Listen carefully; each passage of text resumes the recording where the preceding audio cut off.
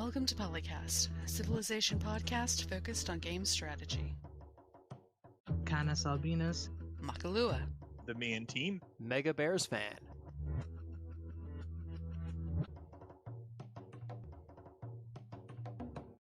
Hello everybody and welcome back to PolyCast. This is episode 345 with no guest co-hosts because they keep turning me down.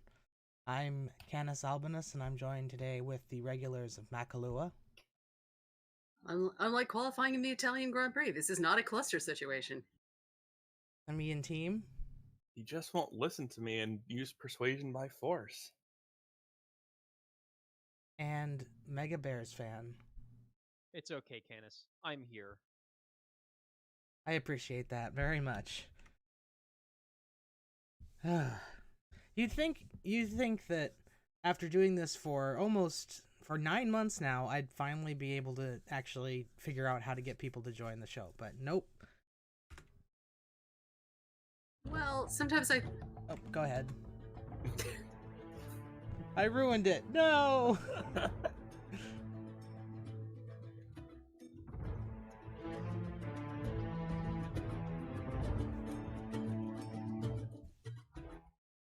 Okay, now go ahead.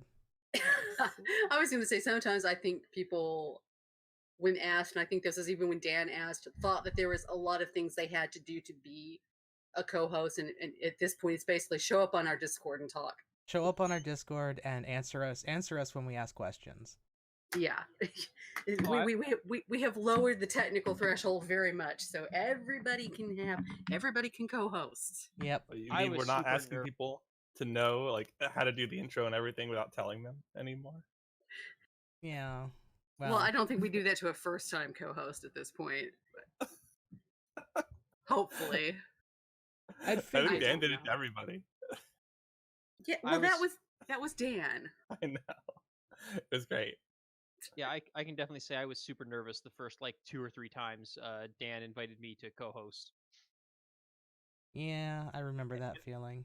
Although my And I first think that time was on back- PolyCast was as a call-in, but Yeah, and I think that was back when he actually did expect guest hosts to do the intro, and I screwed that up like several times. you were in good company.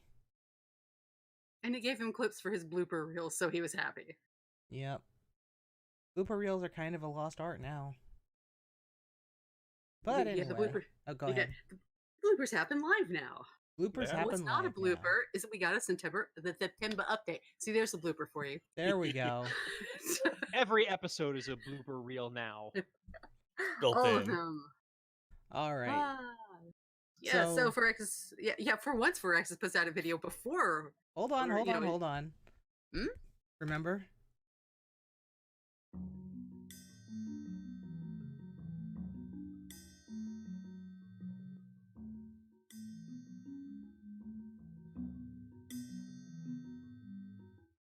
There we go. Now I you need can start. audio cues for my audio cues. Anyway, first topic. We have a September patch, which thankfully for us, Firaxis put out during the week right before we podcasted or recorded the podcast, as opposed to right after we did it. But we have a September 2019 game update, and this thread is talking about the video, but I know I saw a list somewhere, but The list is actually in our Polycraft chat. oh, I can go and copy it real quick. But basically, there's new maps, coastal city replacement, or coastal city update stuff, some balance adjustments to do with. oh, it is in the Renaissance channel. Yeah, I'm copying it over right now. Sorry, folks, live difficulties. One day I'll learn to put all this stuff in the. Okay. I've set Yeah, a message limit. What? Oh, crap. Discord, Well- you're being stupid. Hashtag just Discord things. Well, I did flip over to the other server temporarily there, so let's see. We updated the admirals with a bunch of updated a bunch of admirals with new abilities. Drake now gives you a privateer instead of 75 gold. He still has his plus 50 sea trade plunder bonus. Magellan gives a free copy of a luxury and 300 gold instead of the +4 loyalty. I'm going to guess that's a retirement bonus. Yeah, those are all retirement bonuses. Okay. Nelson also instant builds a lighthouse in a shipyard and retains his 50% flanking. Themistocles now gives a free quadrireme and 20% towards naval range instead of the +2 loyalty. Leif Erikson also gives +1 sight range to all naval. Rahendra Chola now +3 strength to naval instead of 50 gold and 40% sea trade plunder. Wait, I could have swore I saw that Leif Erikson gave all your units the ability to cross oceans. It does, but I think it's get always does. done that. Yeah, Oh, he okay. always, Leif Erikson always had that, but now he also gives the +1 sight range. So not only can you get into the ocean faster, you're going to be able to see further.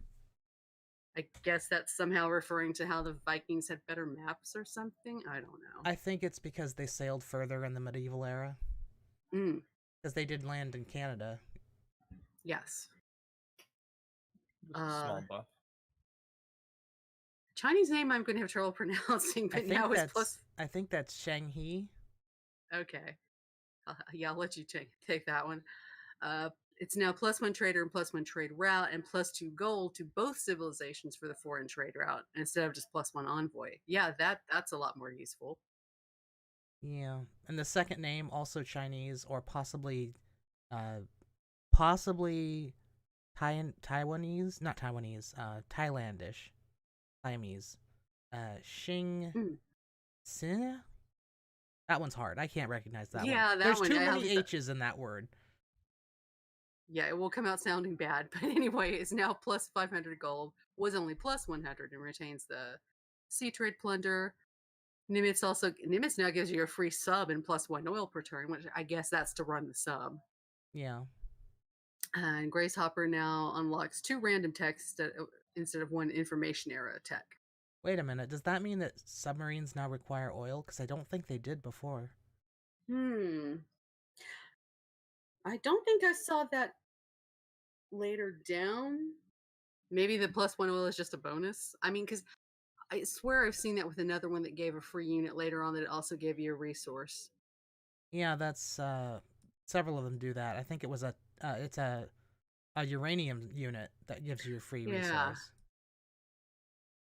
Yeah, how are you supposed to run a giant death robot with that uranium? Yeah, that's what it was. Okay, other little changes. Halicarnassus Wonder is now +1 science, +1 faith, +1 culture on all coast tiles, but loses the free admiral and extra charge on admirals. You still keep the extra engineer charge though. Lighthouses give +2 housing if the harbor is coastal city adjacent. Fisheries are +0.5 housing. Shipyards are +1 production to all unimproved coastal tiles. And campuses gain +2 adjacency from adjacent reefs. I like that change. Yeah. General buffs to coastal cities. Yeah, they needed something. What they really need is, ironically, unfortunately topical, is they need to do something about hurricane damage because there's no real way to mitigate it, and it's so devastating. And completely random and unpredictable. Yeah. I mean... Yeah, there's so little you can do about it. And its impact is egregiously out of bounds compared to what the other disasters do when you think about Civ's turn scales. Yeah, if it happens in like 200 AD, it's going to be 1000 AD before you've recovered. And there's a pretty good chance she'll get hit by another one before then. So I've said before that I don't think the idea of having like medieval or early Renaissance levies would, be unprecedented or out of the realm of reasonableness.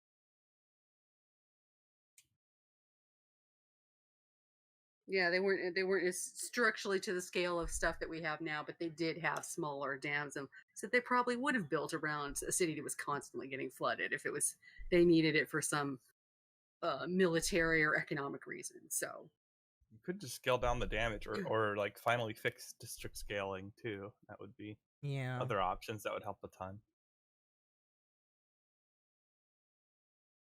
Let's rotate to somebody else to do the map scripts.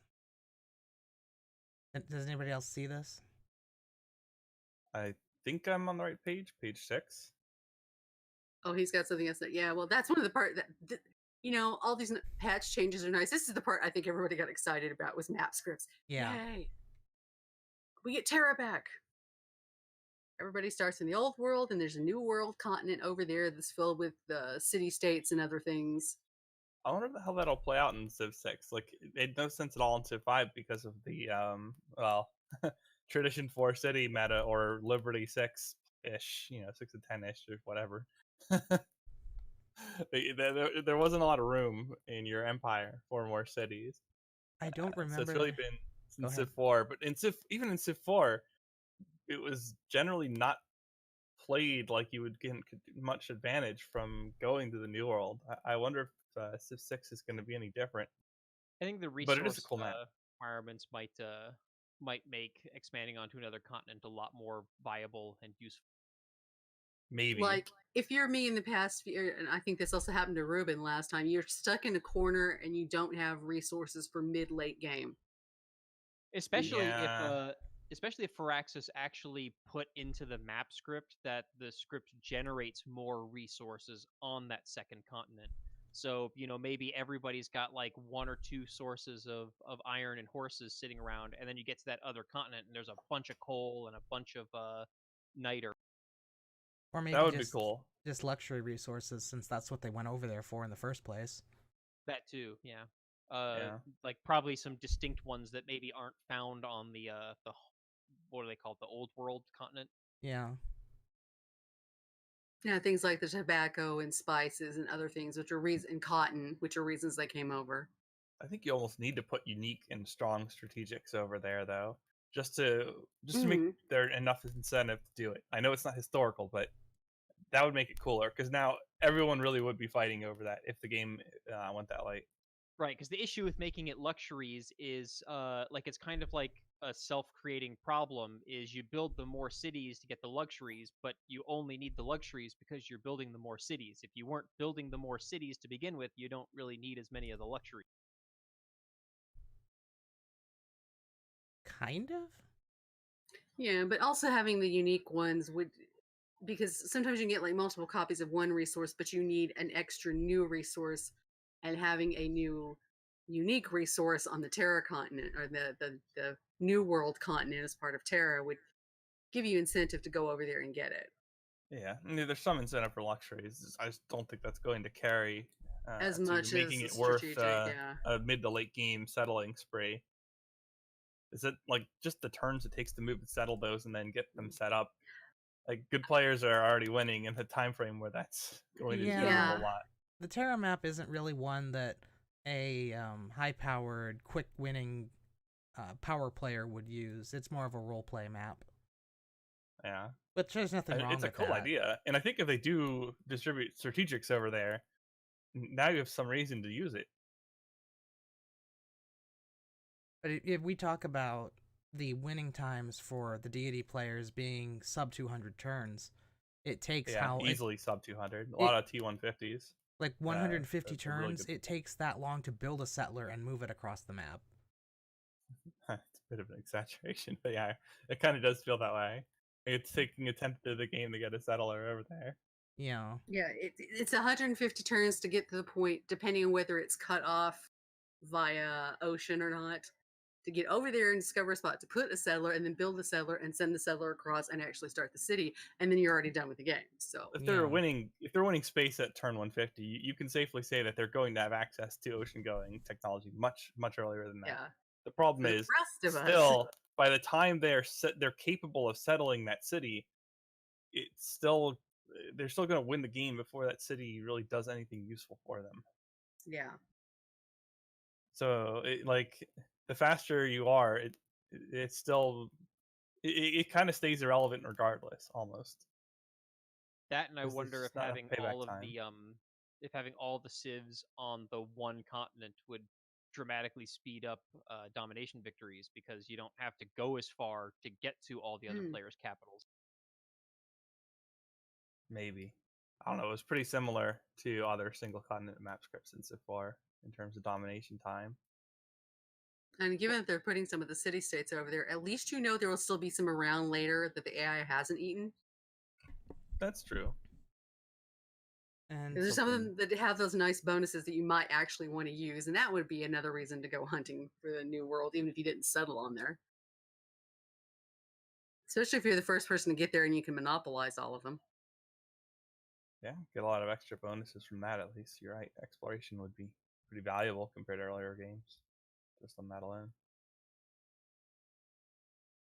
The other two map types we definitely know about. There's a mirror, which is all 4 quadrants of the map are identically mirrored, and you can set the spawn either by normal, random, or forcibly mirrored.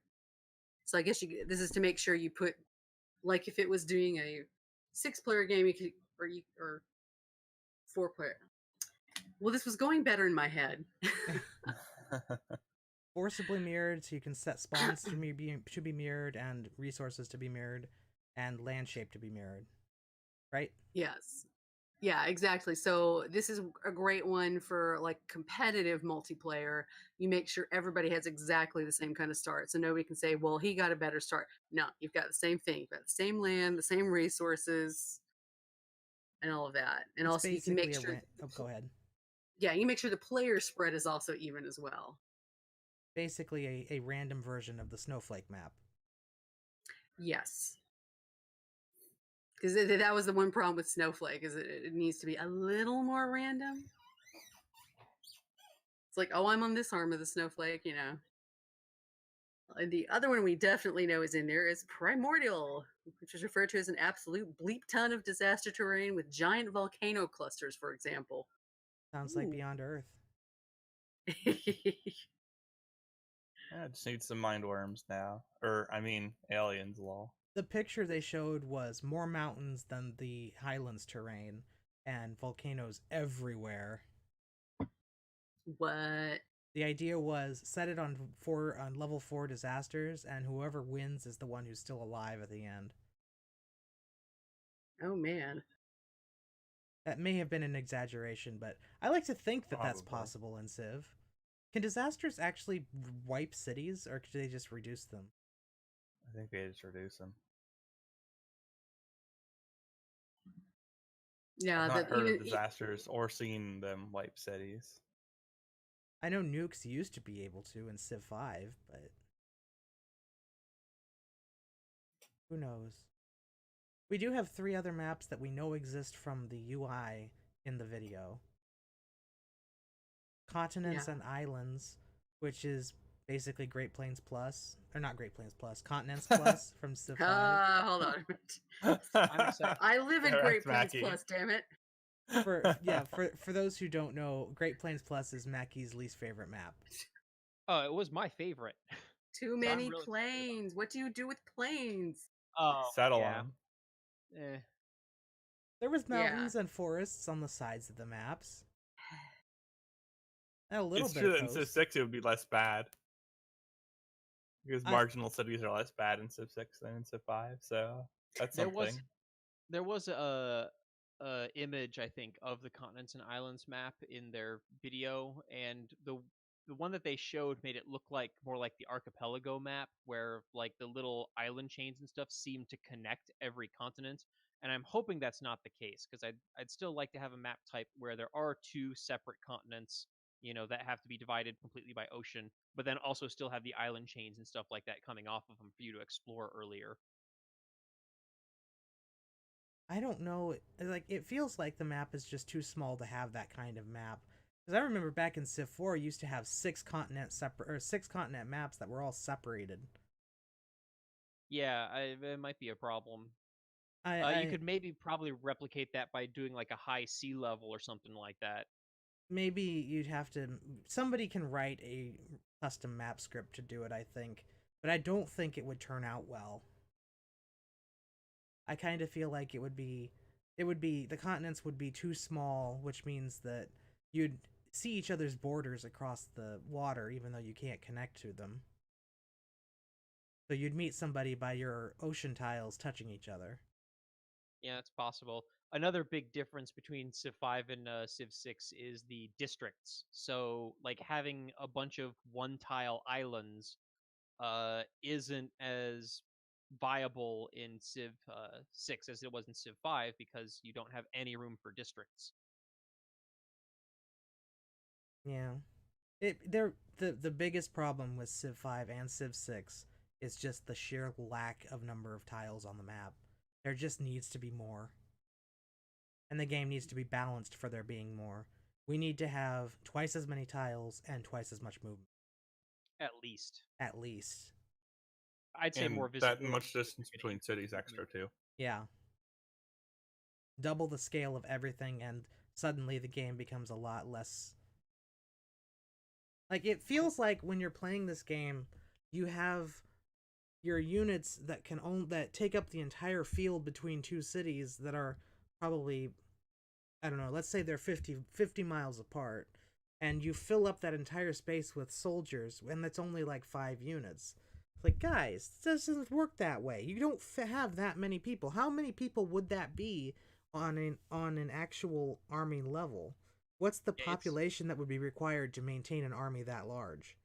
It's very rare to be able to set up a city siege that does not spill over onto adjacent cities, where you're getting bombarded by multiple cities and multiple encampments, especially considering how tight the AI likes to build their cities close together.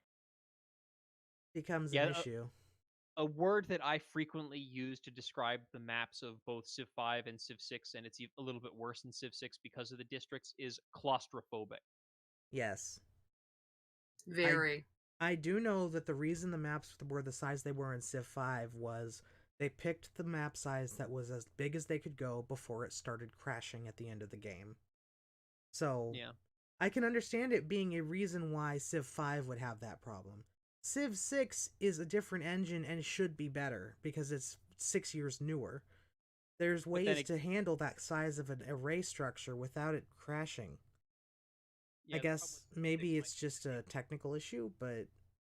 Yeah, my guess with Civ 6, if it's a technical issue, would maybe be because they put, like, too many animations and stuff like that in the game.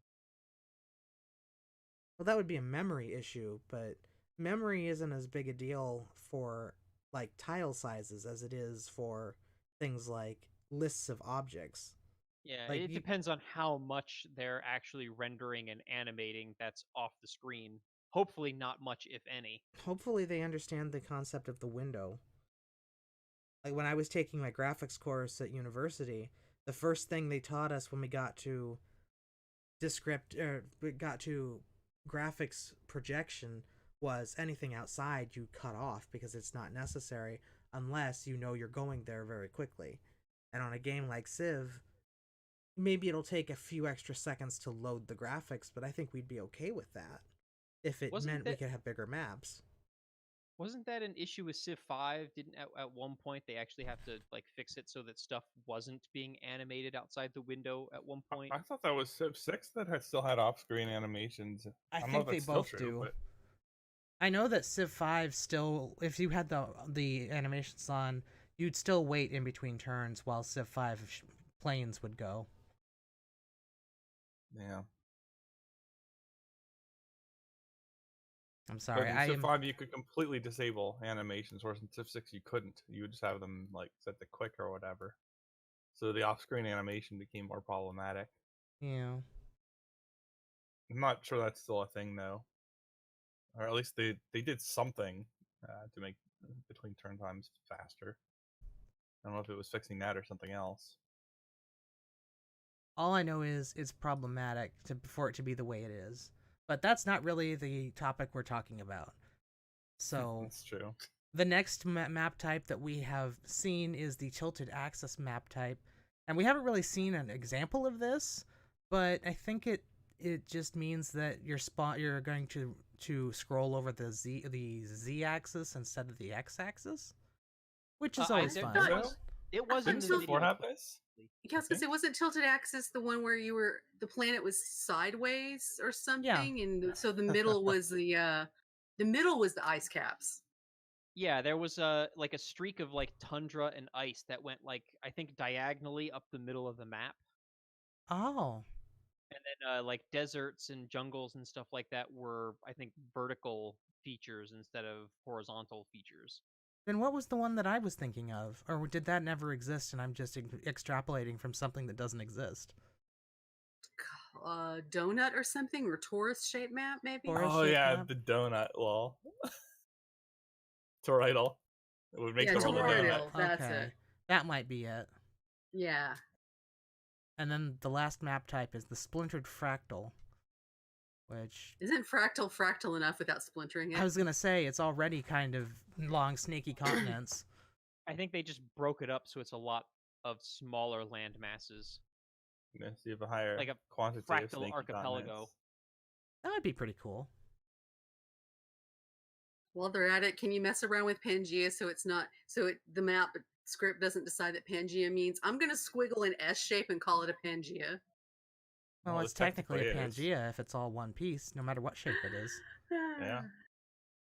Although that does Yeah. kind of go against the nature of what you think of when you think of a Pangea. Yeah.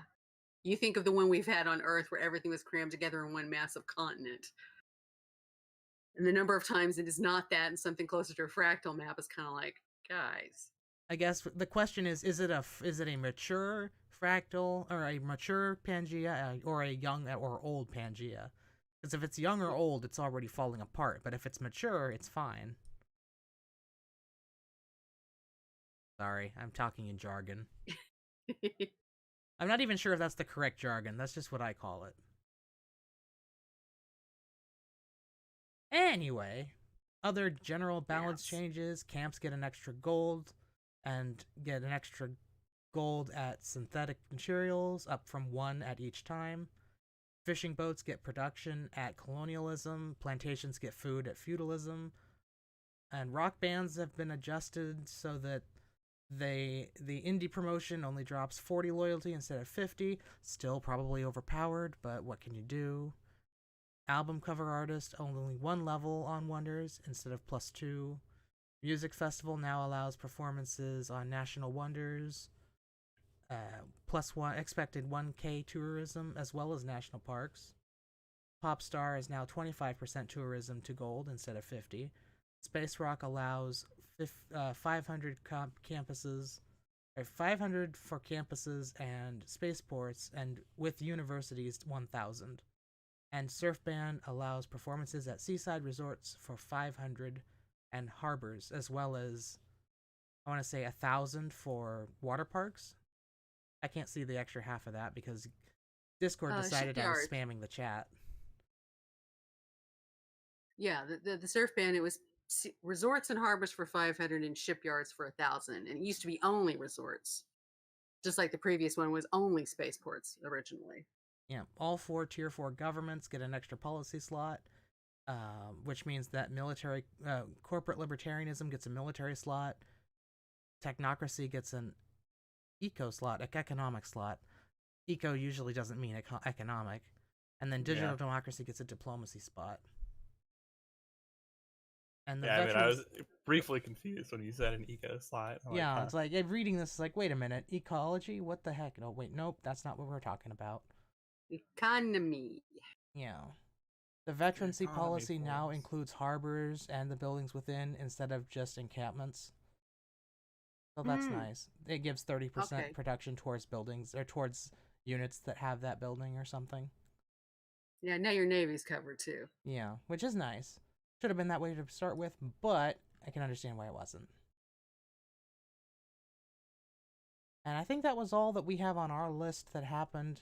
Oh, there is a super secret multiplayer mode that is coming that we don't know anything about, and they spent 15 seconds on dramatic pause teasing to us, which was, very friendly. Yeah. Thanks for not telling us. Gee. Well, they couldn't let us talk about everything. Didn't have to do it that way. I mean, they could have just said more is coming. But then again, it did make us talk about it, didn't it?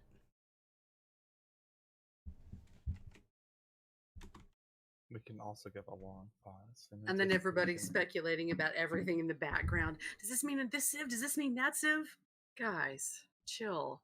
It's an update, not an expansion. I didn't even notice the background, but to be fair, in the previous videos, they have put things in the background of videos that were hints to what was coming.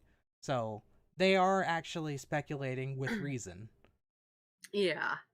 Before But they've Phoenicia... also been well trained to speculate, and sometimes it's just a prop. Well, I mean, they did find the entire list of Civ 6 leaders from an accidental showing Well, in the background of a video, so it's not exactly unheard of. But I then, Not without precedent. but then they would always have these specific things in the background that reference the next civilization. Like they put purple drapes up or draperies or something when Phoenicia was the next week's Civ during the pre-release streams.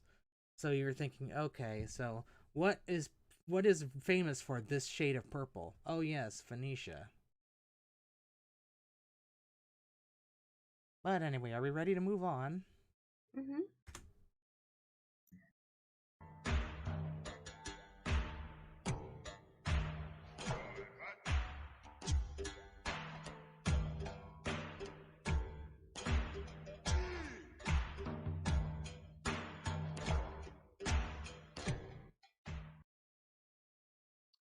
Well, speaking of Phoenicia and other civs that could potentially, hypothetically, maybe be in the game at some point, Phoenician Gold posted a topic on the Civ Fanatic forums asking, which would you be happy with regard to the presence and inclusion of Southeast Asian civs? Currently, we only have one in Civ 6, and that is the Khmer. And Phoenician Gold posted a poll asking people whether they would want a combination of like 3 or 4 different civs in city states, and if so, which ones they would want. And it looks like at present the lead with 50% of the votes would be the Khmer, Burma, Siam, and Vietnam as 4 full-fledged civs. Also, remember that Chimera is already in the game, so that's why Chimera is always first. Right. And Indonesia would be. No, guys, I got to take them out. Well, Indonesia is they were talking about this in the thread.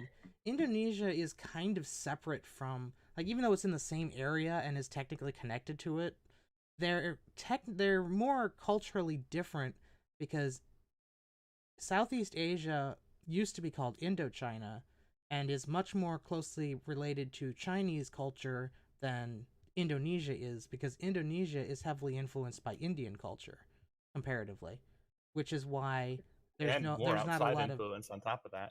Huh? And more outside influence on top of Indian culture. Yeah. Big Which Muslim influence as well. That's the reason why. And not just Muslim. There are Muslims in there aren't Muslims in Southeast Asia, but there are in Indonesia.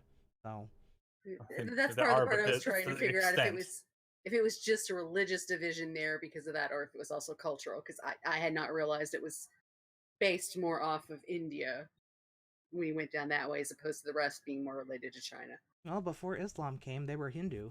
Majapahit was a Hindu nation. Yeah. Some 600 There's the years influence. ago or so. There's the outside influence. Yeah.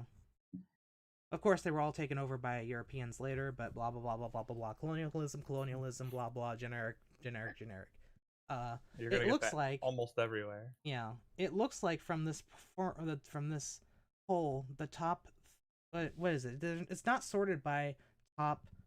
Yeah, it's really obnoxious. The top choices really they want Khmer, Burma, Siam, and Vietnam all as full-fledged civs. If you look at the top ones, Burma is first in 79% of all of these. Because if you look at the top two, 50% and 29%, Burma is first after Khmer on both of them. Yeah.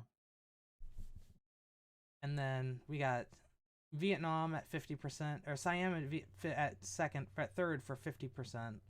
And then after that, Siam doesn't appear again until 20% of the vote in the fourth most popular choice, after which is after Vietnam. So I would say the correct order for what people want in terms of main civs are Burma, Vietnam, Siam, and then city-states. And city-state order seems to be more along the lines of Bangkok first, and then Pagan, and then anything Hanoi. else after that. Looks like Hanoi doesn't really factor in much, because Hanoi is in last place on all of these. So And then of course there's like the second post is, well, why not these other civs like Malay and the Philippines? Because anytime we have a discussion about what civs are in the game and what civs aren't, there's always somebody who's like, well, what about these other ones? Or Champa, or yeah, there's a lot you could go with that. because I guess it's just remember that there are hundreds of Native American and First Nations tribes in North America, and yet only 2 or 3 of them are in Civ. Yeah, I'm not complaining. I'm just saying. Yeah, like, I know. I'm just trying to. I'm trying to formulate the argument exploding against. into 100 different civs. Yeah, a lot of these were like legit empires, though, or at least relatively large nations that lasted a long time that we actually have historical data on. Which all of those things are not true for First Nations. I do think the Western Hemisphere does need more representation too, but we don't like. It would be hard to make a unique unit and ability that is thematic to history for many of the First Nations. Whereas with some of these, that shouldn't be true. They have fairly long histories and significant size to them. Part of the problem is for all the smaller Indonesian states, Indonesia exists. So it would be kind of like saying, oh, well, this subgroup of Indonesia is more important than the rest of Indonesia. Which it's sort of like taking one of the states in the U.S. and deciding that gets to be a civ. That would be like if Texas was a civ. Hey, wait a minute. We were actually a republic for 10 years, dang it. Yes, but Brunei was a separate sultanate for a long time, and so were Langzan and all those other people in like Indonesia as a cohesive unit didn't really exist until 1946. This is the same problem as in India, and it is a little silly. Yeah. Because you could say, okay, well then the United States covers all the First Nations, or nearly all the First Nations in the Northern Hemisphere. Or no, but with the way they treat India, you might as well say the U.S. covers every First Nation in North America. They're basically saying that when it comes to India and Indochina. So. Yeah, and I do know the different regions of India are different culturally and could be their own civs, but we're not doing that. For no reason. There's no reason we're not doing that. Despite the fact that we have both Sparta and Macedon. Yeah.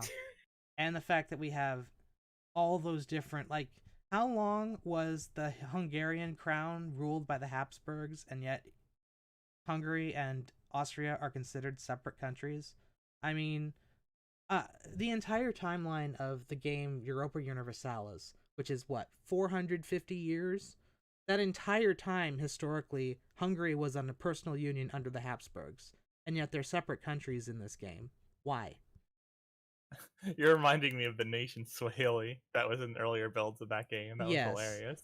That's kind of what Indonesia is to Civ 6 in a way. I know exactly why this happens. Indonesia exists in Civ the way it does because Indonesia is the 4th most populous nation on the planet, I think. They're right after the US. There's like 300 million people there almost. And Brazil is not far behind that. And Brazil is in Civ. There's a reason why Brazil and Indonesia exist now. It's because they're big markets. So we've gotten to the point now where large civs in civilization are being heavily influenced by who is currently a large market for the civ. Which is not necessarily a bad thing, but it kind of makes ancient cultures that are a lot more interesting than modern cultures kind of get taken to the back seat a little bit. And this is also one of the reasons that I've often said that the alternate leader mechanic is a sorely underutilized feature in Civilization 6, because some of these problems could possibly be resolved by just having more alternate leaders. Like, you could have a bunch of alternate leaders that represent the different, like, subcultures of India and time periods and stuff like that, instead of there only being currently, 2. And I just wish that Firaxis would make more alternate leaders and maybe not as many, new civs. Like, did we really need Alexander and Macedon to be a completely separate civ and not just, an alternate leader for Greece. Well, when they didn't put him in as a leader of Greece, there was going to be an Alexander, because Alexander is iconic in Civ. Yeah. I just didn't Agreed. expect him to be a whole new country. Right. Like, I was really surprised that at some point they didn't just release, like, a leader pack, that had, like, 4 or 5 alternate leaders for civs that were already in the game. I thought that would have been something that would have been really cool. They may do that yet. Yeah, We we could don't have know. Charlemagne of the Holy Roman Empire. We do know that they're still working on Civ, so who knows? I can't imagine they'd keep patching it like this much longer if they didn't have plans for it. And plus that nice survey that we talked about last time that mentioned all the things that we supposedly wanted or didn't want. They were obviously looking for what they could do. Yeah.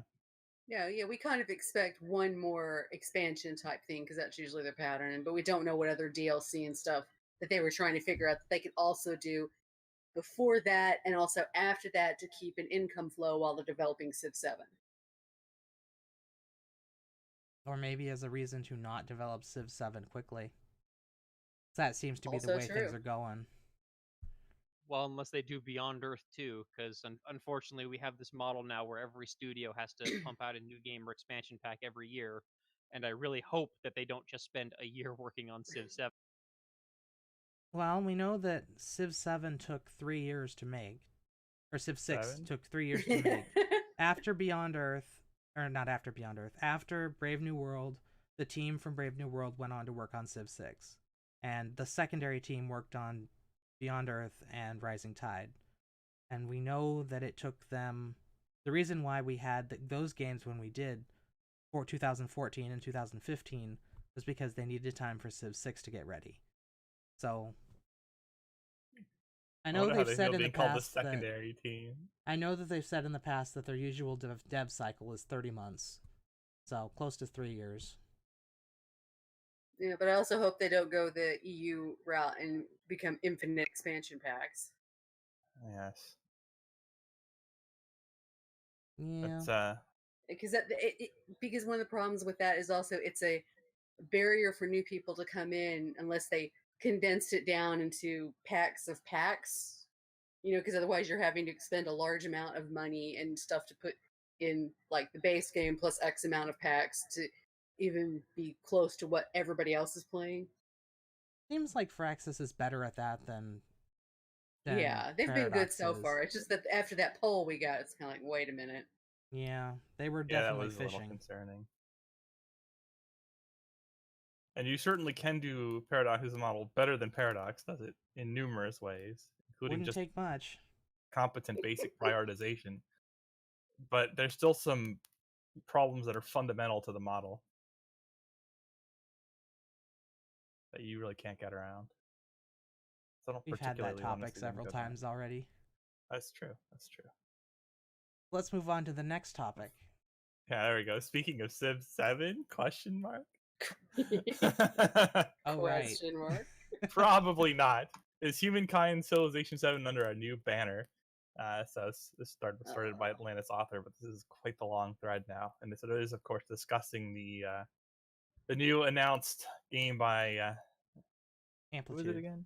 Amplitude. That's right. I was about to say Creative Assembly, but that's definitely wrong. It's Amplitude owned by Sega, which also owns Creative Assembly. So Total War, yeah. Yeah, but it isn't Creative Assembly directly. It's not. It's Which not is a good even. thing. It's not even partially. It's just they have the same owner. Yeah.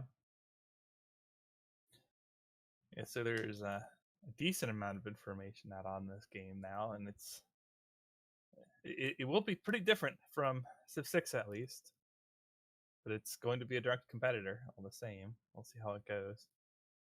Like the first direct competitors Civilization has had since Call to Power. Yeah. Yeah. Over 20 years, almost. That would be what, 25 years at least of domination of the historical 4X strategy without competition. Turn-based historical 4X strategy.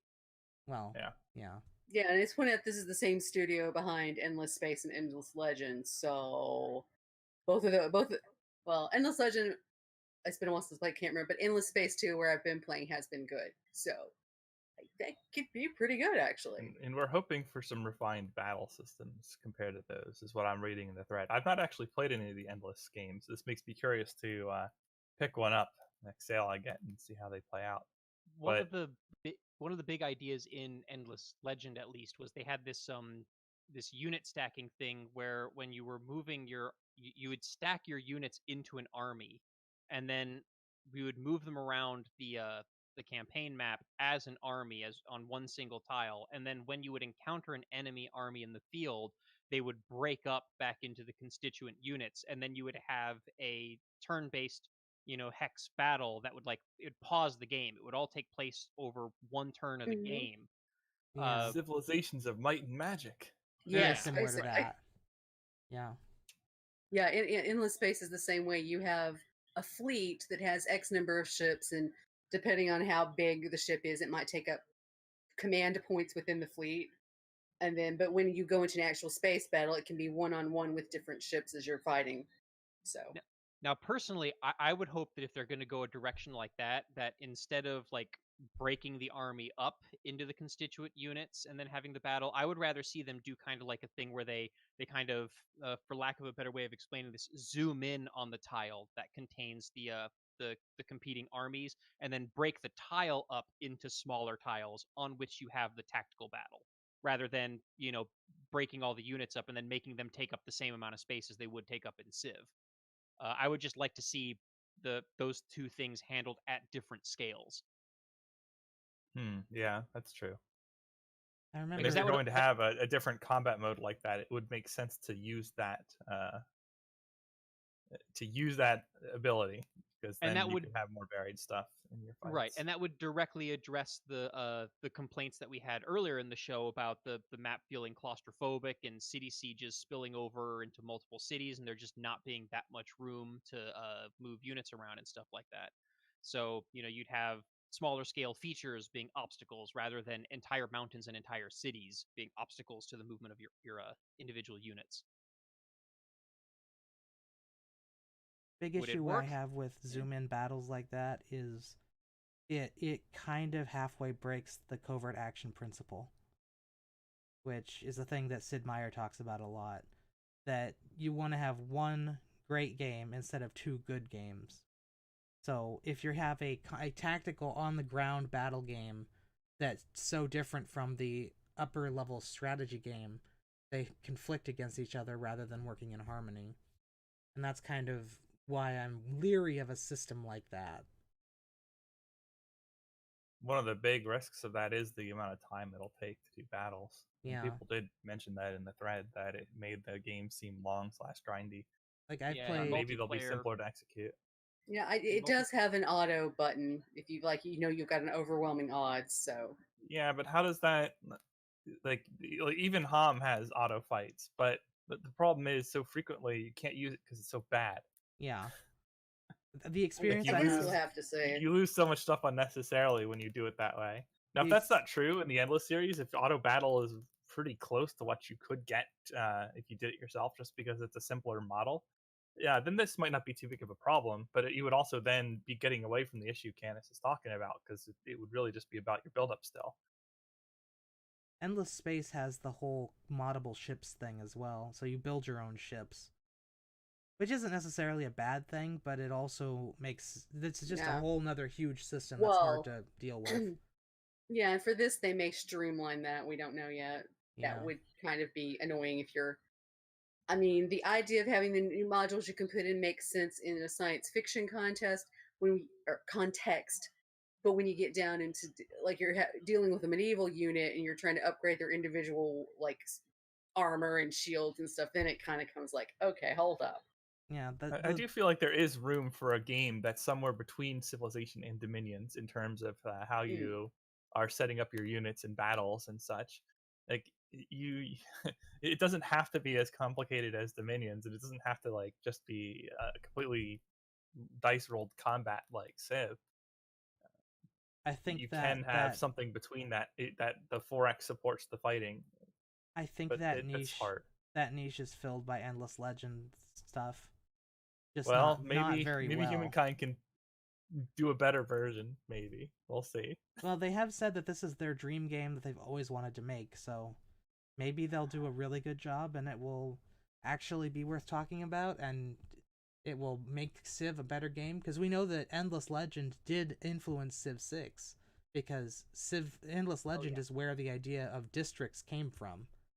That was their big claim to fame, was every time they grow in population, you get to add a new district to the city. And that's suspected to be the location from which the district idea for Civ 6 came from. But I think Civ did it better, personally. Yeah, but if they got inspiration like that, that's still helpful.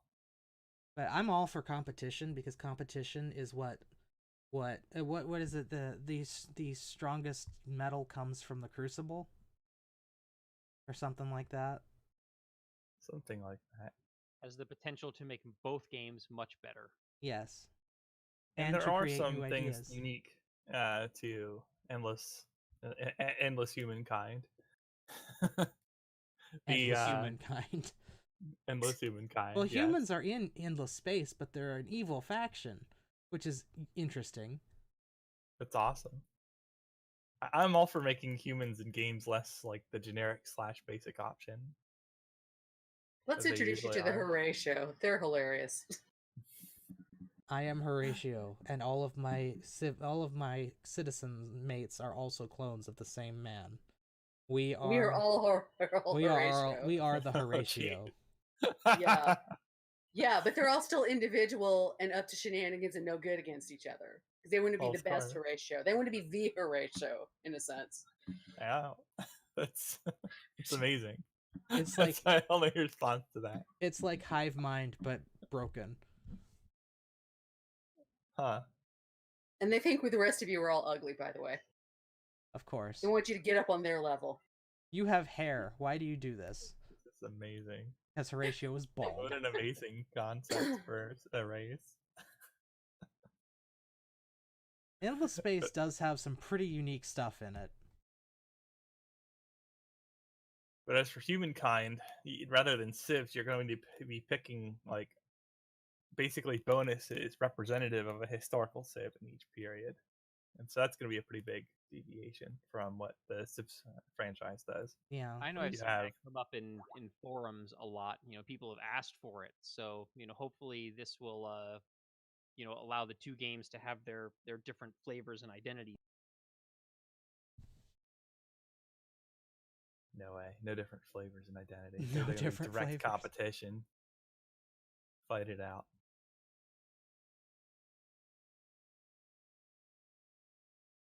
So they said that there are 10 civs in the ancient era, and you are allowed to keep the same civilization when you change to the next era, but you don't get a bonus from that.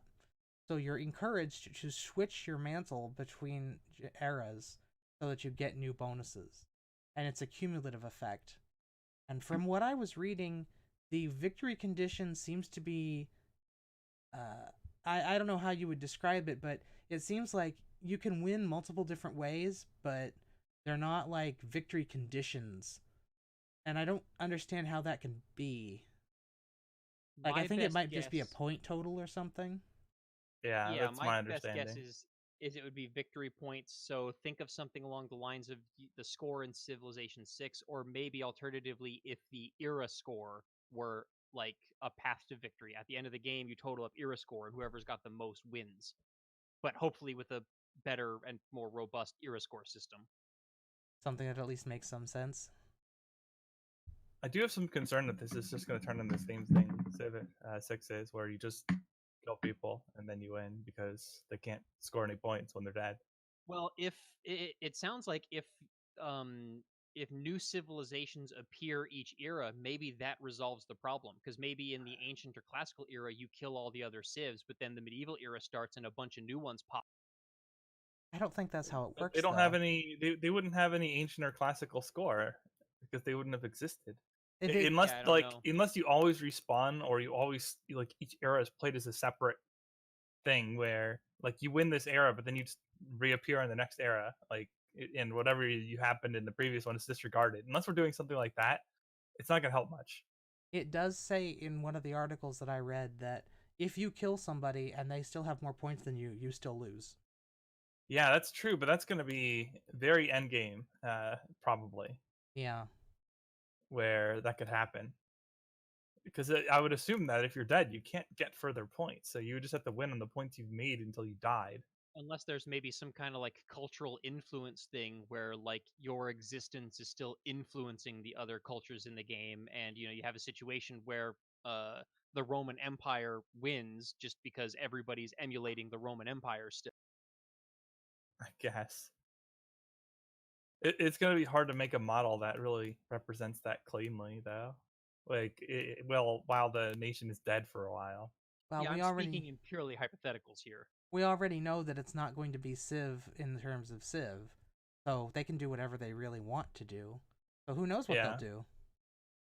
And I'm trying to picture any conceivable mechanic that lets you meaningfully do stuff when you don't exist anymore on the map because you get Well, conquered. I think once you're dead, you don't get any more points, but if you have more than the living players, you still win. Yeah. Which means there's going to be pressure on the other players to eliminate you before you can, get those snowballing points that put you so far ahead it's impossible to win. And that could also be something that just ends the game earlier. I mean, maybe they might have a system where it's like, yeah, no one's ever going to catch up to this Civ, so the game's over. You don't have to go through the next 50 or 100 turns of just clicking end turn, waiting for that That would be nice. game over screen. That would be very, very nice. It's one of the biggest problems in Civ. I have functionally won the game, but I have to churn through 50 more turns before the game acknowledges this. Because that's the way the rules go. Yeah, but if the rules are better, then maybe it won't be that way anymore. So Another that's true. Another example is, even within the context of Civilization, if you go back to Civ 4, there was, I always forget which, I think it was the Conquest victory, which was that you had to own like 60% of the population and 60%. It's domination. That was the Conquest is like domination eliminating victory. everybody was conquest. I always forget which of the two this one was called, but that was always my favorite victory condition in Civ 4 because it allowed me to I didn't have to focus on one specific, way of winning. It was just build your empire however you wanted to build your empire, whether that was through conquest or through like diplomatically annexing, the smaller civilizations to be your vassals, I guess you or could. culture flipping. Like however you got your civ that big was fine, and you win. I've always been frustrated by by Civ 5 and 6 having such rigid conditions for victory, where like you just have to pick one and go for it instead of being able to just build an empire.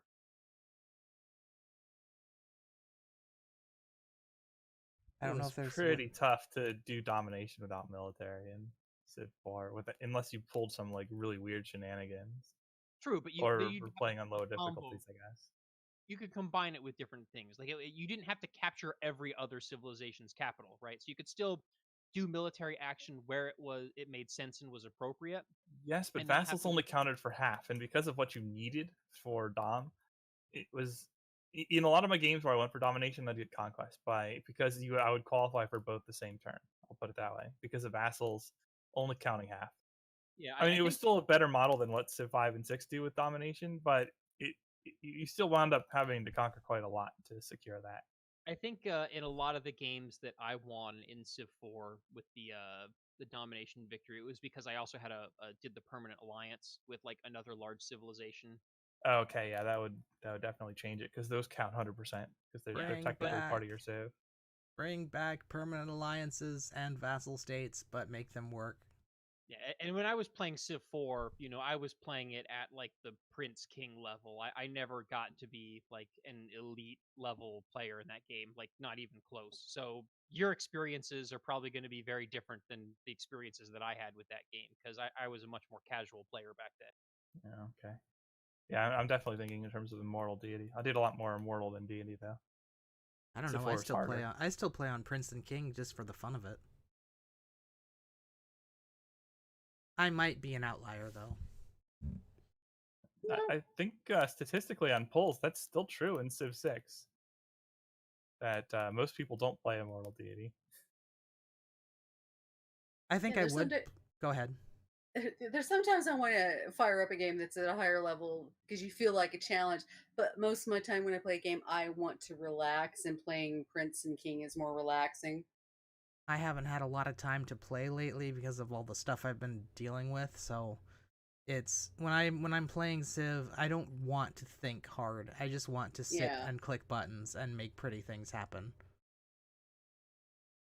I just get frustrated by all the front loading that's in the higher difficulties. Like, just the AI gets so much free stuff. If they could find a way to make the later game more challenging and not have to front load it all, I'd be a lot more interested in playing on Immortal Deity. There's not much way to do that realistically, unfortunately. Unless you did like Yeah. a bonus scaling type thing. Which I think they already. I guess, but it's still like Civ 4 had some pretty hefty bonus scaling, but it was still the front loading that added most of the difficulty in practice. Yeah, I like I said, I don't like that. You go up to like Emperor and above, and because the AIs all start with those free settlers and stuff like that, like it really pushes you towards you have to build an army and you have to conquer cities, otherwise you're just going to get crowded out. And to me, that's just not as enjoyable. I like to be able to build and expand at my own pace. I mean, there are players who win on Deity without conquering at all, but it is harder to do that. I mean, Mad Jin did a one there's city. not much reason not to. Mad Jin did a one city challenge as Korea on Deity in Civ 5 and won. So Yeah. it was on his channel until he deleted his channel. Yeah, it really is just personal preference, different, and that's one of the things about Civ is because it's such a broad-reaching game. A lot of different people just play it in completely different ways and enjoy it, and that's a good thing.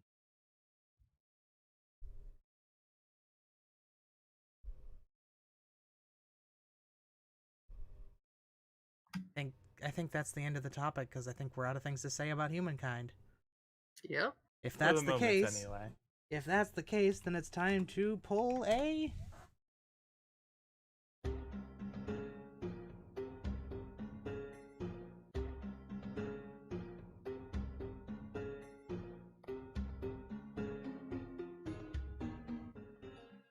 So now, this is the part where I learned something that I had no idea was a thing.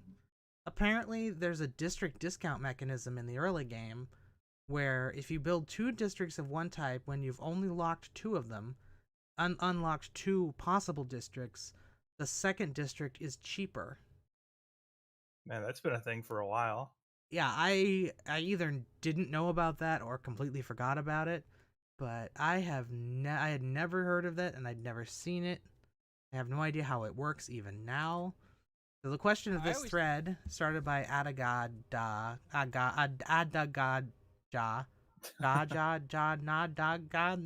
never mind.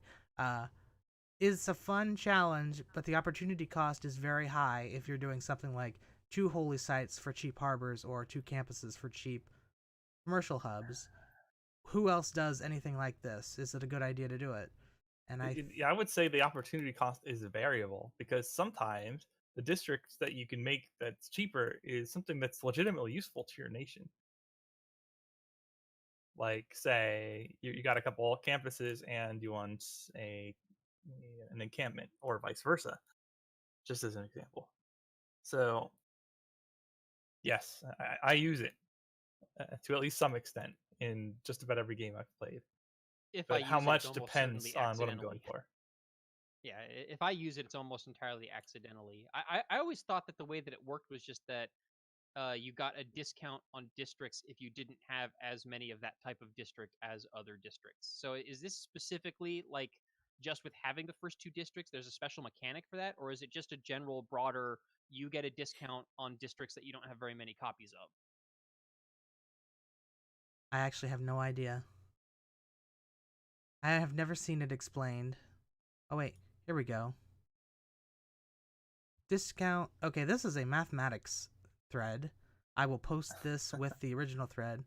The cost equals 1 plus 9 times the % of science / % of culture research times base cost Usually base cost is 54, except 36 for something else and 30 for Plaza, based on fixed placement. Use something 50% original cost, and blah blah blah blah math. What? I did not understand that any further than anybody else who listened to me say that did. The discounted district costs 60% less than its original cost, apparently. So a 60% discount? Is that what you're saying? It says the discounted district costs 60% than its original cost, 75% for Government Plaza, which says to me, I think somebody who wrote this maybe didn't speak English, because that doesn't make sense to me. There's a missing word. I don't know. Or maybe it's just a typo. Either way, it seems like your percentage of tech and divided by your percentage of culture times 9 plus 1 times the base cost is the cost of each district.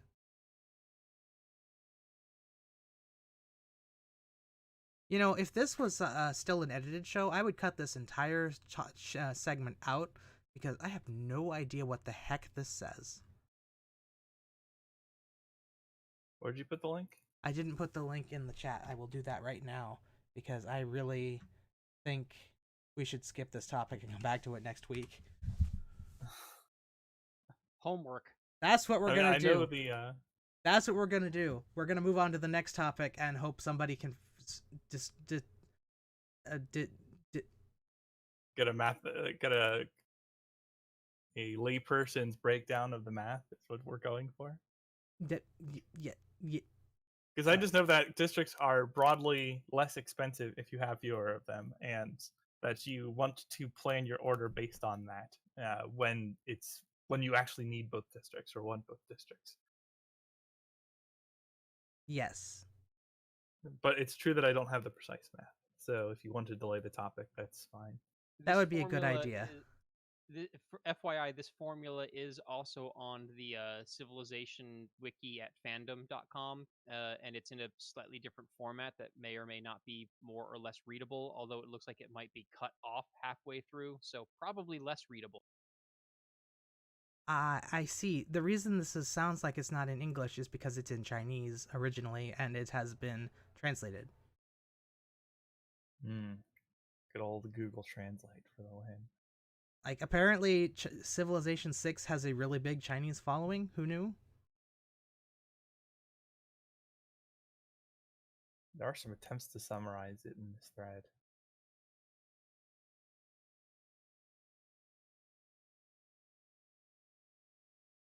Anyway, we'll move on to the next topic, Civ. because we're going to run out of time if we don't.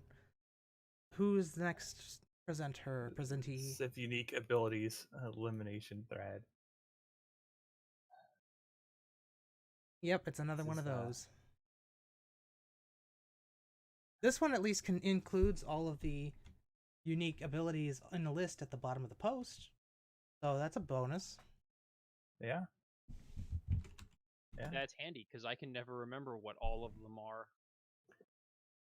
I guess the okay, so this is not, the tier lists are not, or the partitions for the tiers are not arbitrary. You just have 7 civilizations in each tier. Yes. Going from S to E. So that's reasonable. We'll read through S tier stuff. I think we should read through the S tier and then the E tier, and then discuss which ones we think don't fit in the place they are. All right, so the S tier stuff is Maori, Greece, Congo, Aztec, Russia, Japan, and Australia. I have no comments or complaints about that list. I do have comments, though. Maori, I don't know if the reason it's high is because it's just unique, because it is the ability that allows them to start in the middle of the ocean. So no, that's the leader ability. I think the mana ability is the +1 production on unimproved forests. Let's see. Maori gets a lot, and if you scroll down the list, we can actually read it off here. So you start with sailing and shipbuilding unlocked, and the ability to enter ocean tiles immediately. So you immediately have access to things that most other civs will not be capable of reaching for quite some time. On top of that, embarked units gain combat strength and +2 movement, so you can explore significantly better if you're embarking, which you can immediately. And then yes, you do get +1 production from unimproved woods. However, you cannot you cannot harvest resources, so that's a significant downside to it. But you do get more food from fishing boats, and you do you do get a culture bomb off that. You So can, there's however, still chop woods in forests, though. yeah, that's true. You cannot earn great riders either. Okay, so Yeah, great riders I have to be remember when earned. they first announced this civ, and they talked about how it had to be stronger to match the other civs because it starts in the ocean. I think that's the reason why its unique ability has so much stuff with it, because it has to have those extra bonuses to catch up in time to be useful. Which Yeah, means and that's fair. But if it's- you're just considering it in a vacuum, it's easily the #1 ability then. yeah. So maybe we should exclude them from this particular type of thing because it's designed to be inherently better. Well, that goes against the rules though, Yeah. where they are And considering the again- strength of the abilities in a vacuum. And in a vacuum, if you just had a random civ start with this stuff, that's pretty good. Yeah. Is it and #1? Maybe not, but I think it's S tier if we're just considering it in a vacuum. Yeah. And again, I'm pretty sure that the starting on the ocean is actually the leader's ability, not the civilization's ability. So hypothetically, you could have an alternate leader for the Maori that does not start in the ocean and still gets all of the benefits of mana. Yeah. That would be pretty ridiculous though. I think Greece is a little high compared to Yeah. its competition. I don't know why Greece is better than say Poland, because Poland also gives you a wild card. Like, where is Poland on this list? They're way down in C tier. Yeah. Okay, so And like yeah, I think compare it with America. Like America's D tier. And I think that's reasonably fair. But while Greece is better, it's not like multi-tier better. yeah, I would say So- America's actually pretty dang good because they get favor for every wild card slot they have. And all Yeah. of their diplomacy parts go to wild cards. So you get into the later game, or even in the early game, anything with a diplomacy slot gives you favor. Yeah, I just don't think Greece is that much better than something like America, that it belongs in S tier with stuff like frickin' Maori or Aztec. My gosh. Like, let's compare Greece to Congo. Relics, artifacts, and sculptures, +2 food, +2 production, +4 gold. The palace has 4 great work slots, +50% great writer, artist, musician, and merchant points from all sources. Super powerful if you can get those relics. If you don't get the relics, though, Well, even without the relics, you get +50% writer, artist, musician, and merchant points, which is really dang good. And also, it's not necessarily relics that matter, it's artifacts as well. And sculptures, which is not too hard to get, even if you don't find a relic. I rarely ever get sculptures. I think there's only like 1 or 2 great artists in the whole game that create them. There are 3, I believe. There's Leonardo, I think. Is it Leonardo? I think it's Leonardo. Then there's one in the later game, and then there's another guy who does 2 paintings and a sculpture. I think there might be another sculpture person. Either way, artifacts are not hard to come by either. They're just a little bit later in the game. But here's the question. Is 1 extra wildcard policy slot better than all of that?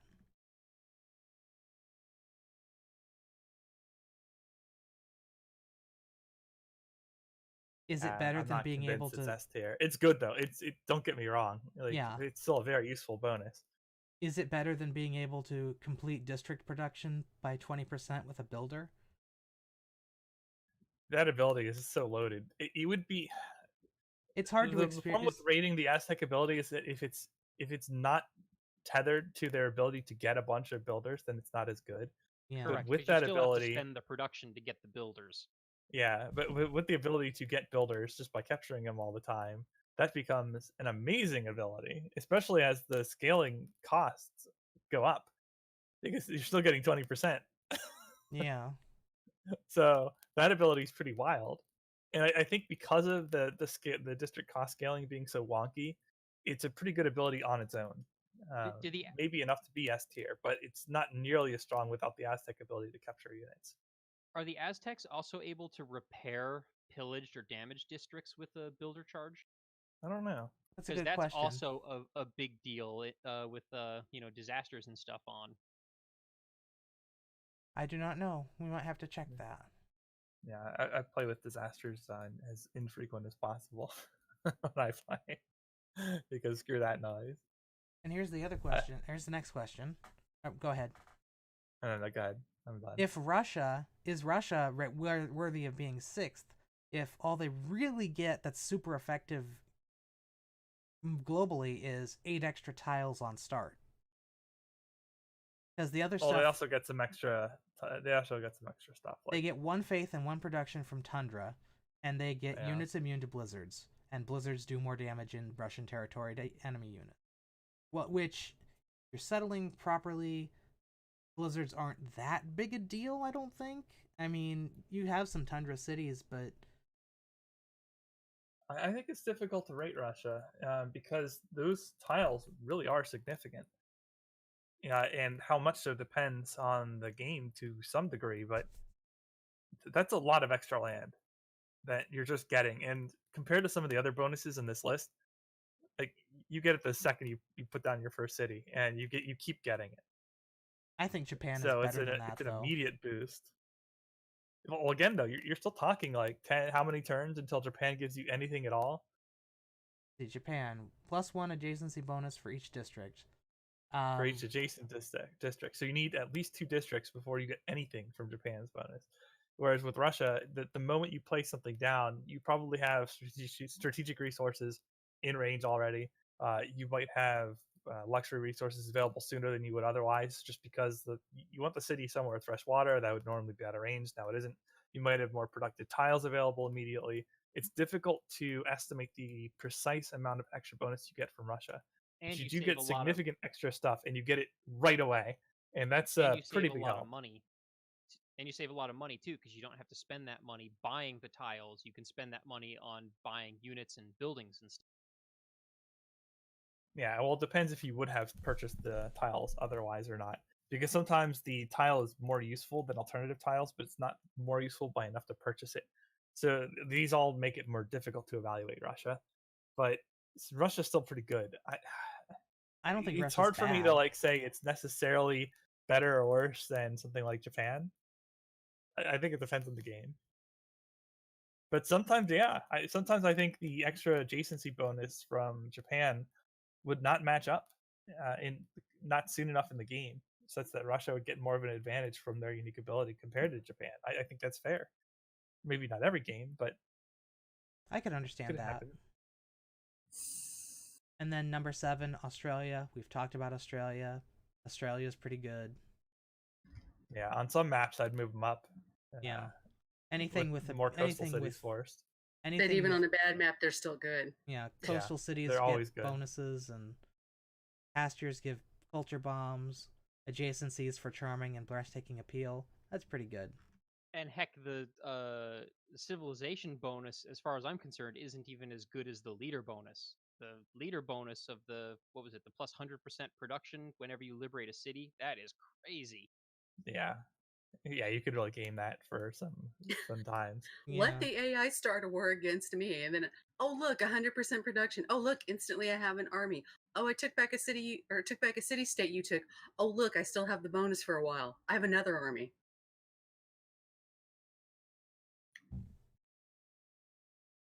Yeah, you can do some pretty nice stuff with that. But here, these abilities again are near immediate. That housing, if you settle a coastal city, is immediate. You don't need any tech, you don't need any time, you don't need any districts to get it going. You just need to put the city down. Yeah. Just be coastal. Yeah, and this boosts otherwise iffy city locations into being able to grow onto a decent number of tiles to work. So I see why it's an S tier. And on some maps, I would put it even higher than it is.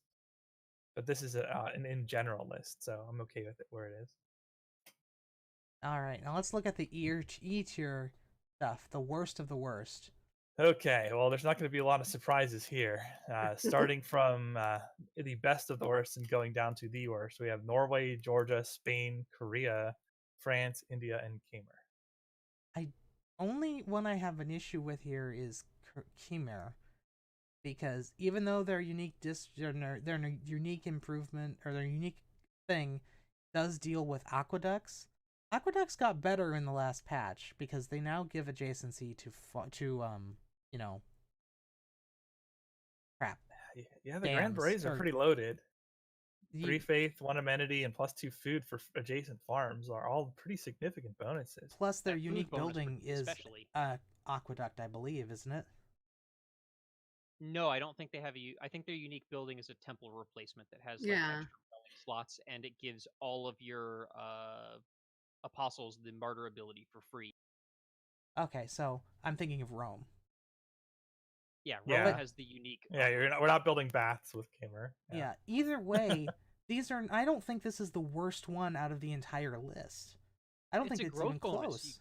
You get to work more tiles, have more productive cities. I mean, I'm surprised to see this at the bottom tier. I would think this is a middle tier at worst.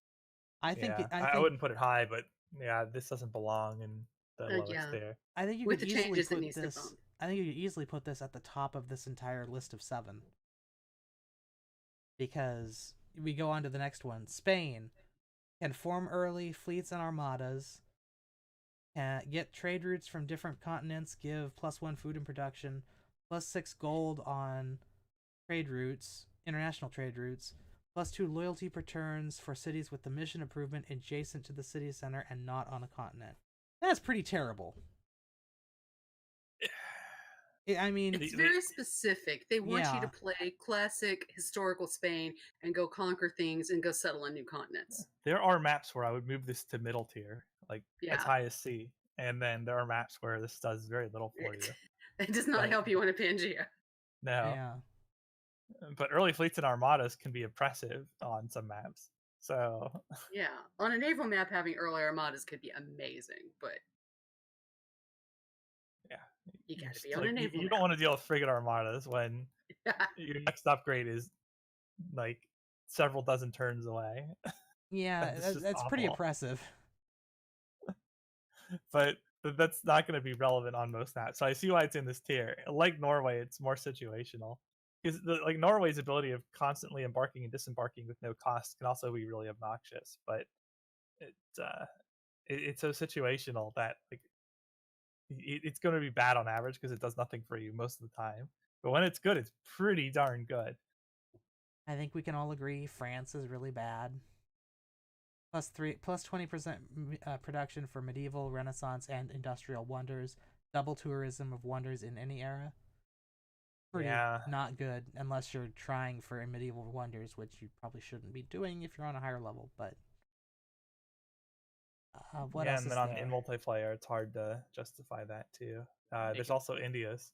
India is receive all follower beliefs of all religions that have at least one follower in the city instead of just the majority religion. +1 amenity for each religion and with at least one follower. +2 religion spreads per missionary. +100% religious pressure from Indian trade routes. Yeah. Not great.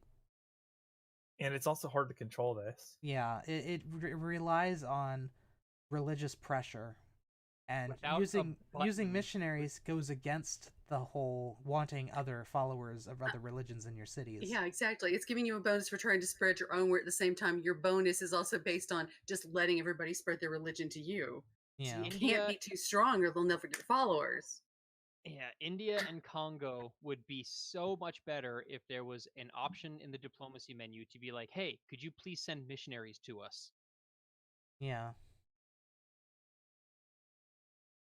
It does have some. It's nice in that when you take enemy cities, you're going to be getting the follower beliefs, and there's often a mishmash of crap in the cities you take. So you will get the amenity bonus at least, and you will get their follower beliefs at least on conquering them. So that's something. But I don't think that's enough to move it out of the low tiers. But at least it's useful. I think the next one on the list, or another one on the list, because we're not really going in order right now. I think Georgia isn't quite that bad, because if you are the Georgian ability is when making dedications at the beginning of Golden and Heroic ages, receive normal age bonuses towards improving era score in addition to their regular bonus. So what they're doing is they're giving you the dedication bonus for the Golden Age and letting you keep getting the era score from the normal era version, which you don't get normally as a Golden Age, which means once they're in a Golden Age, they should never be not in a Golden Age. Yeah, they could Perpetual chain golden it. ages. And Golden they're built Ages to are pretty chain. dang nice. Mm-hmm. So I don't know if it's really, I don't know if you'd want to put it super high, but I definitely put it above the E tier. I'd rather put Arabia down in the E tier. The final great prophet. Because sometimes if the game goes a certain way, that great prophet, you get it so late in the game, what are you going to do with that? Yeah. And the That's AI awkward for me because like I feel like that's decently useful on deity, personally. But Yes, well, that's why I said depending upon the game. At lower levels, the religions do not go as fast. yeah, And in a 'cause, on multiplayer high game, it levels goes you even get that less pretty fast. fast. And I think the last one we haven't talked about in the E tier is Korea. Korea's ability +1 farms give +1 food, and mines give +1 science if adjacent to a Seowan. I think we can agree, trash.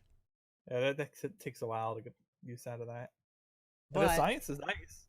Eventually, but the other thing is Korea's other stuff is so good comparatively that it doesn't really matter. yeah. Korea is strong enough, even with, I mean, it's almost like they had to make at least some part of it be kind of bleh because the rest of Korea is so powerful. Yeah, The devs were not operating on the rule to consider each of these things in a vacuum. exactly. And they Yeah. shouldn't be either. That's one of the things that makes something like this kind of like almost, I would say, not even worth doing, because the developers are deliberately making some abilities for some civs weak because the other stuff that civ gets are really strong. So it's not really fair to compare just the abilities in a vacuum. It No, doesn't this make is a lot just of a fun sense to me. diversion thing. I mean, ultimately, if you're picking a civ, you're going to consider the benefits you're getting in aggregate. Right. I mean, So, unless you're but- doing like a thing where you're randomizing the abilities of the leaders and the civs, so you're mixing and matching them. In which case, yeah, you would pick the best leader abilities and the best civ abilities, and then you're considering them in a vacuum. But even then, you'd probably want to consider how the abilities would work in tandem. What is this, Humankind? Oh, I don't like this joke. Welcome to the new meta. Oh dear. And I think everything else is sufficiently middling enough that we can say it's kind of a wash. I mean, I think Yeah. America's a little bit too low. I did really like the Kree's ability when I was playing as them, because I mean it's a free trader unit very early in the game, and trade routes are pretty powerful in Civ 6. So I'm not sure if that one deserves to be at the bottom of C tier, but I wouldn't move it up very much. It's tough to move some of these around a lot because they're like the other abilities are good too, and they're not consistent game to game in how Yeah. much utility you get. I think Germany might be a little low. Just having an extra district without needing the population is nice. I think if Greece is so high, Poland definitely deserves to be higher. What is Persia's ability? Satrapies. +1 trade route capacity with political philosophy. Internal trade routes get 2 gold and 1 culture. Roads are faster. Are 1 level more advanced than usual. That's a later, a late trade route that's nice, but it's not that great. I can see why it's where it is. Yeah. And roads are nice, and the insta roads from Rome are nice too, because in maps with rough terrain that can be pretty beneficial. Well, and on But top again, of it's that, not going there's to the carry your civ. Yeah. On top of that, though, there's the opportunity cost of, since you already have the roads between your cities automatically, you can send those trade routes out to foreign cities to, get more gold, instead of, feeling like you need to send them between your cities just to get the road network up and Hmm. I'm looking at Hungary here. Plus 50% production to buildings and districts on the other side of a river. I don't know. That one's very difficult to use. Yeah, it seems like that one should be lower than it is because it's difficult to, like, first of all, you very not often are you on a river sometimes. Let me say that again in actual English. You are not often not next to a river in the first place. And the river sometimes isn't long enough for that to be relevant, and sometimes the land next to the river is better used for other things like farms or dams or other things that are a little bit better. Oh, well, I guess it doesn't have to be next to the river, it just has to be on the other side of it. So that doesn't No, matter. it has to be next. I just recently played as Hungary for to do a It's strategy, literally across the river. and this ability is even more restrictive than it sounds. The district has to be directly across the river and adjacent to the city center in order for this Yeah. bonus to apply. Oh, that's So garbage. in a lot of Yeah, it's way too cases, high. Yeah, this is if you're not Does right not on belong the in B bend tier. of a snaky river, you're getting one or two districts at best. And in many cases, you have to sacrifice being able to put that district in a place where you're going to get a better adjacency bonus, because, the mountains that are going to give your holy sites and campuses all the best adjacency bonuses are not going to be right next to the river. So you got to choose, well, do I want a +3 or 4 campus, or do I want a 50% discount and then only get a +1 or eventually a +2 when more districts come up around it? Definitely garbage. it's like they wanted to make a reference to Buddha and Pest being across a river, but became the same city in a big city, but in practicality in the game, it doesn't work out very well. Yeah, it's extremely limited, and that is definitely one that I would probably move down at least a couple tiers, probably to D tier, if not all the way to E tier, because I've played with it and it is very difficult to use effectively. You have to get the map to be just so for it to be good. Yeah. I think Mongolia might even be a little underrated, despite how high they are. Mongolia, which one is theirs? You're getting a really easy access to a level of diplomatic visibility, and you get +6 combat strength on it. Or each diplomatic visibility they have over the others instead of the usual +3. Yeah, you get +6 instead of +3. So But if you have, like, you can immediately dump that one extra from the trade route and get a +6. +6 is a lot, and that's more easy to attain with some regularity compared to like the continent-based restrictions or stuff like that. I would agree, that's definitely too low. Because that can be just oppressive if you don't Yeah. have countermeasures for that, or if they have a great general and that, it's going to be pretty difficult to deal with their units unless like you have strategic resources they don't or something. A +6 I would actually switch nothing to sneeze Mongolia at. with Japan. Yeah, I It's probably a- would too. Yeah, and since you can do trade routes so early, a +6 that are super early in the game, oh my goodness. Yeah, like that's classical era rush timing. Yeah. You can just go into the trade route after you do your setup for building units. And conveniently, you have a road right to your target. Yeah. Although you don't need to have the road because it makes a trading post immediately. So as soon as you get this unit, you can throw it on the target and get this. But this doesn't stop mattering throughout the game. As long as you maintain a diplomatic visibility advantage, you still have that +6 advantage all the time. Yeah. As long as you are otherwise investing evenly with your opposition, you always have that +6 advantage because they don't have access. Am And I as right? Am I discussed- right in assuming? Go ahead. I was just saying, and as we've discussed before, any small combat bonus is significant because of the way that the combat mechanics takes the difference in the unit's combat strengths rather than their comparative raw strengths. So a Yeah. +3 bonus is just as powerful in the modern era as it is in the ancient era. If I'm Yeah. reading this correctly, it's not just +6 it's +6 for each level of diplomatic visibility they have above their opponents. So if Correct, but yeah, I would not assume that you're going to get multiple levels easily.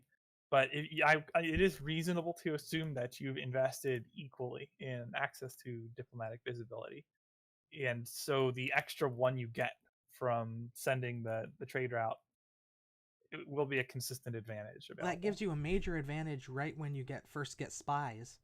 Because you just send a spy in and get a diplomatic visibility advantage and build a embassy or whatever, and suddenly you got a lot.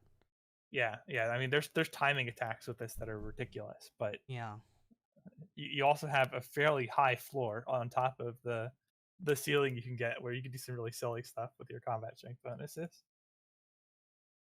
That's a lot for a unique ability, especially compared to most of the rest of this. Do we have any others that we want to discuss, or should we just move on to the next part of the scheduled program? Which is the outro? Yes. That's an odd way to say it. Hopefully this time it's working correctly. Because last time it cut off after the first 14 seconds.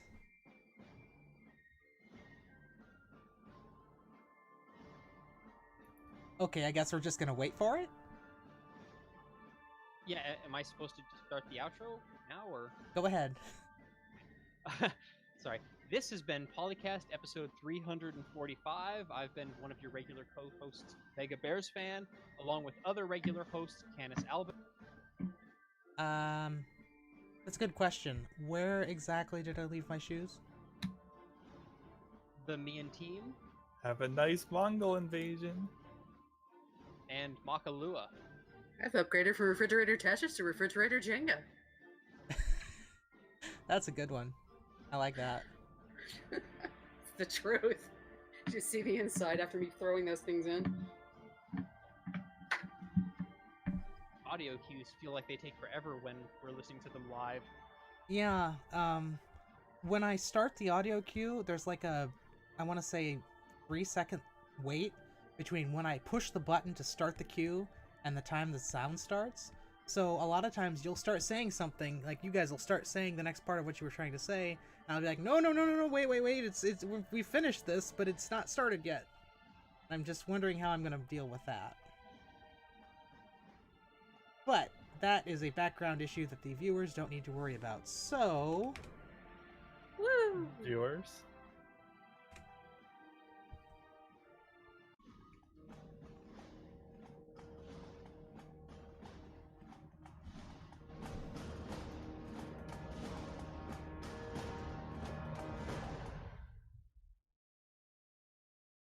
copyright Civilization. No, that's not right. We'll start this over. Civilization 4, 5, Beyond Earth, and 6 sound clips. Copyright Take-Two Interactive. Copyright The PolyCast at thepolycast.net.